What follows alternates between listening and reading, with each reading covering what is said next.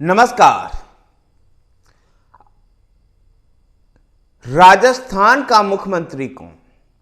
वसुंधरा राजे नहीं तो राजस्थान का अगला मुख्यमंत्री कौन?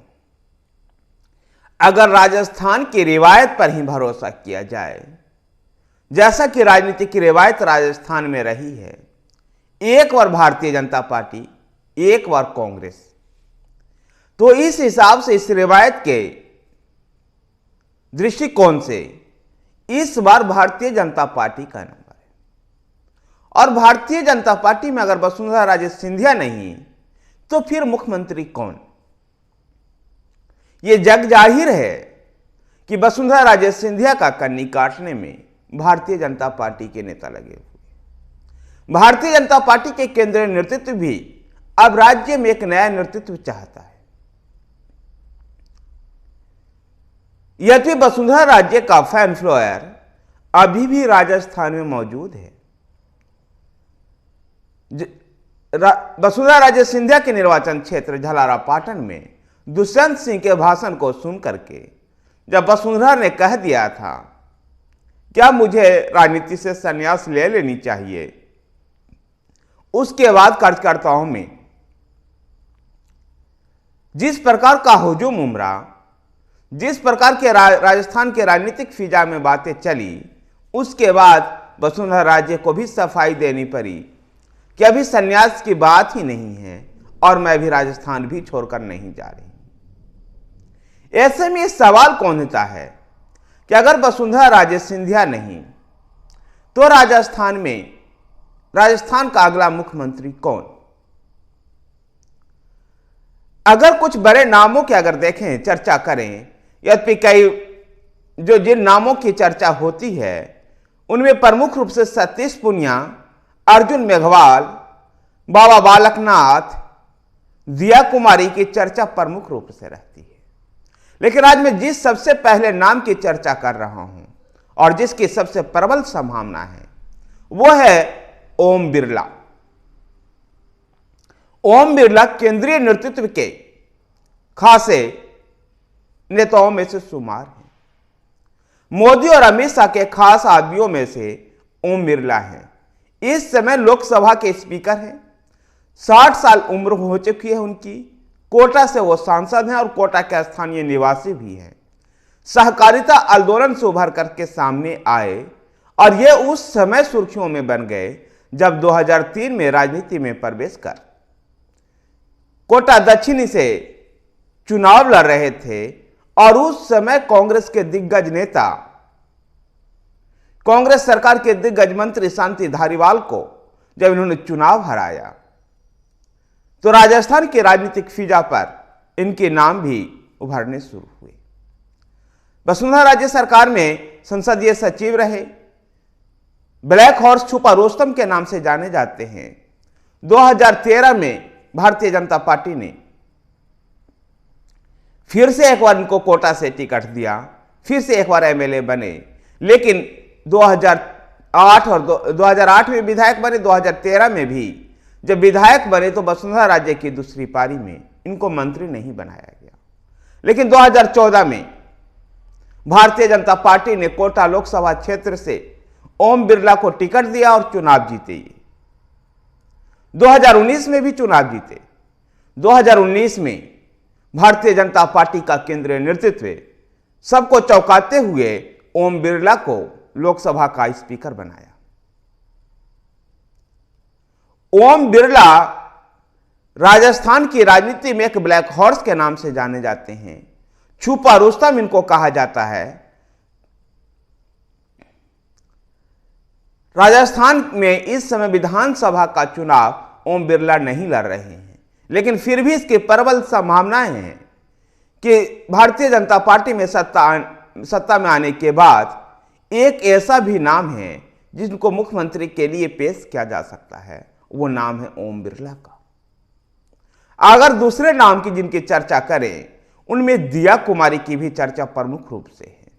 और जिस प्रकार से देखा गया अभी हाल फिलहाल के दिनों में कि दिया कुमारी ने प्रधानमंत्री नरेंद्र मोदी और अमित शाह के मंचों का संचालन किया, इससे इनके नाम और भी ज्यादा उभरे हैं।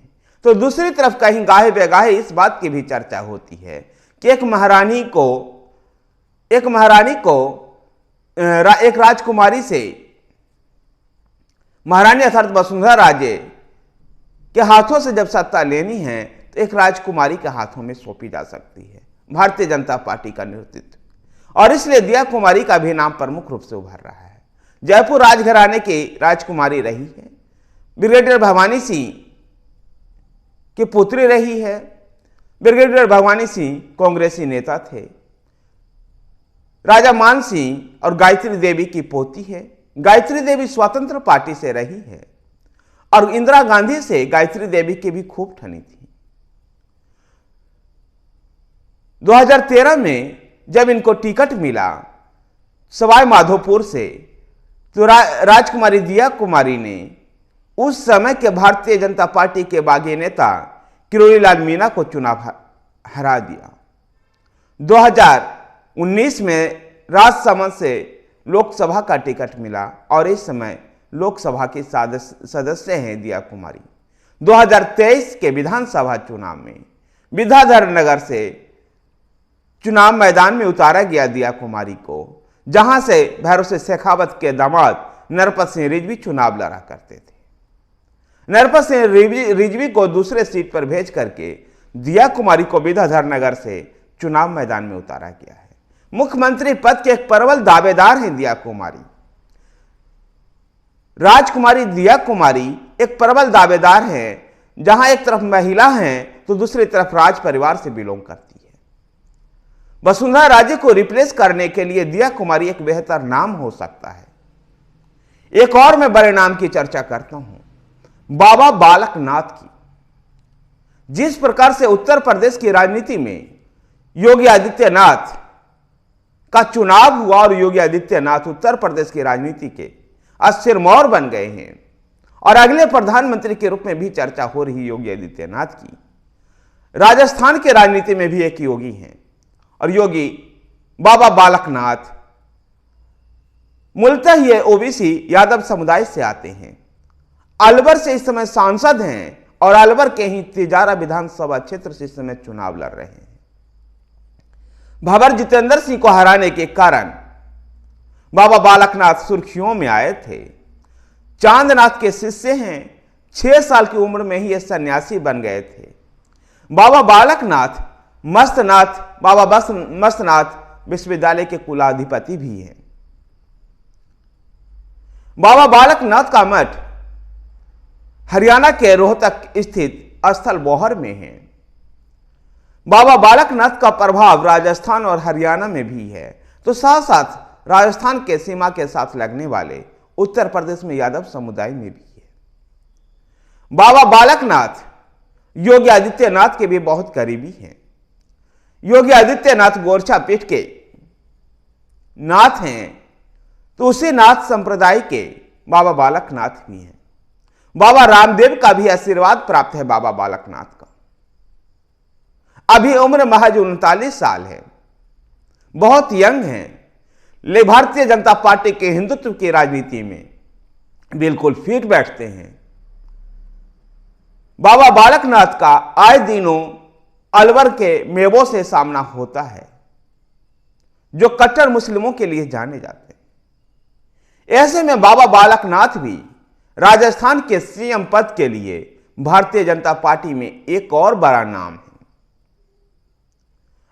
बाबा बालकनाथ बहुत तेजी से राजनीति में उभर रहे हैं, बहुत तेजी से उभरने वाले नेताओं में से हैं और बाबा बालकनाथ की फैल फ्लोइंग राजस्थान से लेकर हरियाणा और उत्तर प्रदेश में भी है। ऐसे में केंद्रीय नेतृत्व बाबा बालकनाथ के हाथ में राजस्थान का नेतृत्व दे करके अपने हिंदुत्व की छवि में और निखार ला सकता है, तो वहीं पर बाबा बालकनाथ के जो अनुयायी हैं उसका भी फायदा भारतीय जनता पार्टी को आगामी लोकसभा चुनाव में मिल सकता है। योगी आदित्यनाथ से नजदीकी होना भी बाबा बालकनाथ का एक प्लस पॉइंट है। एक और नाम है राजेंद्र राठौर का। उम्र 68 साल की हो चुकी है। शायद उम्र के इस लिहाज की वजह से भारतीय जनता पार्टी राजेंद्र राठौर पर दाव न चले। लेकिन राजनीति में अगर देखें तो राजेंद्र राठौर भी इस पद के लिए प्रबल दावेदारों में से हैं। चूरू से एमएलए हैं, जनता दल से भारतीय जनता पार्टी में आए, 1993 में भैरव सिंह शेखावत भारतीय जनता पार्टी में लेकर के आए और भैरव सिंह शेखावत के खास रह गए। भैरव सिंह शेखावत जब उपराष्ट्रपति बनकर दिल्ली चले गए तब इन्होंने वसुंधरा राजे सिंधिया के से अपने नजदीकी बढ़ाया और सिंधिया के भी खास नेताओं में से शामिल हो गए। राजेंद्र सिंह राठौर जातियों की राजनीति में, जातियों के पोचखेमे में नक्शो निगारी के भी माहिर है, जोड़ तोड़ के भी माहिर है। इसलिए राजेंद्र राठौर का भी नाम प्रबल दावेदारों में से शामिल है। इस समय विपक्ष के नेता हैं राजेंद्र राठौर। गुलाब चंद कटारिया जब विपक्ष के नेता होते थे, जो अब असम के राज्यपाल हैं, गुलाब चंद कटारिया के नेता प्रतिपक्ष रहते हुए उप नेता का पद राजेंद्र राठौर ने संभाला और इस समय गुलाब चंद कटारिया के बाद नेता प्रतिपक्ष राजेंद्र राठौर हैं। सतीश पूनिया एक और ऐसा बड़ा नाम, कांग्रेस के प्रदेश अध्यक्ष रह चुके सतीश पूनिया इस समय उप नेता, प्रतिपक्ष के उप नेता हैं। राजेंद्र राठौर के नेता प्रतिपक्ष बनने के बाद सतीश पूनिया नेता उप नेता प्रतिपक्ष के भूमिका को संभाल रहे हैं। केंद्रीय नेतृत्व के खास माने जाते हैं। सतीश पूनिया भी राजस्थान विधानसभा चुनाव 2023 में विधानसभा का चुनाव लड़ रहे हैं। विधायकी के चुनाव लड़ने के कारण सतीश पूनिया की भी चर्चा अगले मुख्यमंत्री के रूप में होती है।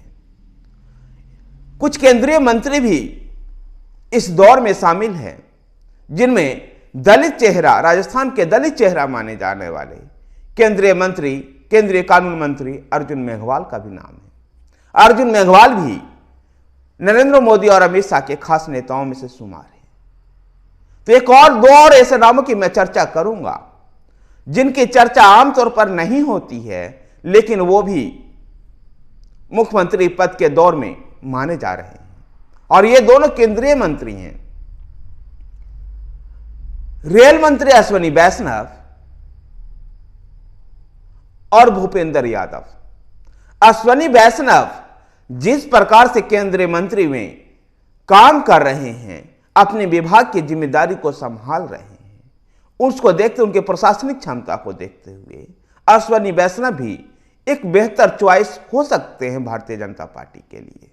तो दूसरी तरफ भूपेंद्र यादव ने जो संगठन में काम किया, जो महासचिव के पद पर रहते हुए जो भूपेंद्र यादव ने काम किया, उसके मद्देनजर भूपेंद्र यादव का भी राजस्थान से संबंध है, राजस्थान में काफी प्रभाव उनका है। ऐसे में भूपेंद्र यादव ही एक बेहतर विकल्प हो सकते हैं। यद्यपि अभी 3 दिसंबर के बाद यह तय हो पाएगा कि राजस्थान में भारतीय जनता पार्टी किसके हाथों में नेतृत्व सौंपती है। एक ऐसे व्यक्ति के हाथ में नेतृत्व सौंपना भारतीय जनता पार्टी पसंद करेगी जो संघ के भी प्रिय हो, केंद्रीय नेतृत्व के भी प्रिय हो और राजस्थान के राजनीति में भी फिट बैठता हो। ऐसे नेताओं का चुनाव भारतीय जनता पार्टी को करना है और संभवतः इन्हीं नामों में से किसी एक को चुनना है। और यह सवाल तो कौतूहल लाजमी रूप से सबके बीच में है कि वसुंधरा राजे नहीं तो अब और कौन, क्योंकि भारतीय जनता पार्टी आने वाले 10 से 15 सालों की राजनीति को देखते हुए एक ऐसे नेता को भी चुनाव करेगी जिसकी उम्र भी 50 या 50 से कम हो। ऐसे में इन मापदंडों पर जो नेता खरा उतरेगा, केंद्रीय नेतृत्व राजस्थान में उसको नेतृत्व सौंपेगा। धन्यवाद साथियों।